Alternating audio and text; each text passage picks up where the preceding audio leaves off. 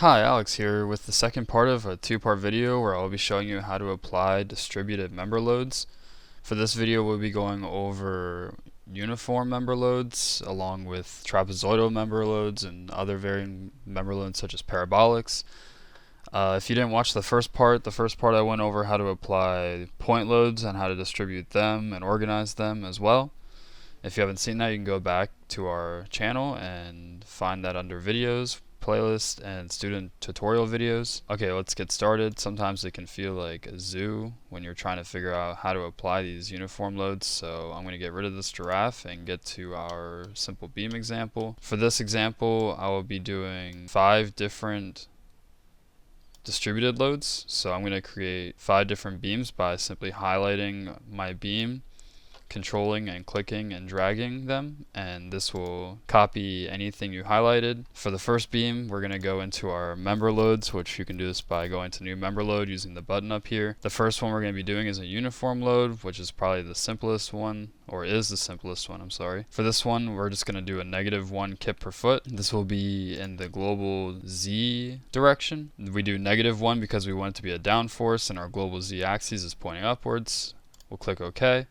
And as you can see, we can select the beam we would like to apply this to graphically. For this next beam, I'll show you how to do a trapezoidal load. This is pretty simple. As you can see, the trapezoidal load graphic is up here. We have our P1, which is the starting force, and P2 is the ending force. Down here is where you can set those magnitudes. To start off, we'll just keep it at -1 and we'll end it with -3. Click OK. As you can see, I had the beam selected before I went into the dialog box, so clicking OK, it already knew which beam to apply it to, and you can see that our load was applied. The next beam we'll be going over how to apply a tapered load, which is kind of like a trapezoidal load, but with this you can pick at what locations on the beam you would like your peaks to be. For peak 1, we'll keep it as -1. Peak 2, we'll keep it as -3 kip per feet. And here you can see the distances away from the member start, A and B. You can pick that down here. For member A, for the first peak, we'll start that at 25%, and the second peak, we want it to peak at 75% away from the member start. We'll click OK. And as you can see, that didn't go the way we wanted it to, so we'll double click on our load. We'll check off relative distance. We'll enter 25% and then 75%.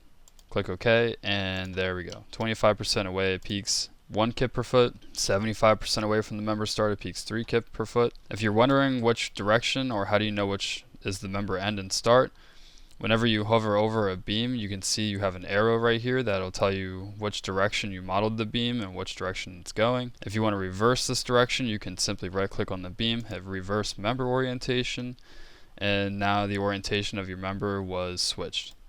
I'll right click again, switch that back. For the next member load, I'm going to show you how to apply a parabolic loading, which is not linear unlike trapezoidal and tapered. This nonlinear load will be a curve, and you can see you can pick P1 and P2 for your beginning magnitudes and ending magnitudes. Our beginning magnitude will be -1 and our end magnitude will be -2. And you can see you can pick your peak magnitude, which we'll make that -3. We'll click OK, and as you can see, our parabolic loading was added to. Now for the last type of loading, I would like to show you how to apply a custom loading, which you can get very fancy with. We'll select our member, we'll go to member load, we'll click varying, and then next to varying you have this edit varying load button. This is where you'll define the loading you would like to apply. I'm going to highlight all of these settings, click delete. Just to keep it simple, we're going to define our load every 10%. So we'll start with 10, 20, 30, 40, and as you can see, when you click on a new cell, it already defines and knows the pattern you were looking for. You can also export and import to Excel for this type of loading if you really want to get detailed with it. Every 10% we'll start off with -1 kip, and we'll just increase that by 0.25 kip per feet every 10%. So we got -1, -1.25. We'll click OK, and now you can see our varying load was applied to our member. And we can always go double click on this load, go back in, edit varying load, and change any of that if we want. Now you can see that all our distributed loads, all the different types of distributed loads you can do, are displayed in our graphical area. Click Calculate All, and as you can see, we have our global deformations for each of our members, along with our axial forces, shear in the Z and Y, moment in the Z and Y, along with any torsion. So I hope you found this video useful in clarifying the different distributed loads you can do. Again, if you missed the first video, I went over how to distribute point loads. That also has a lot of different settings you can play with, and thanks for watching.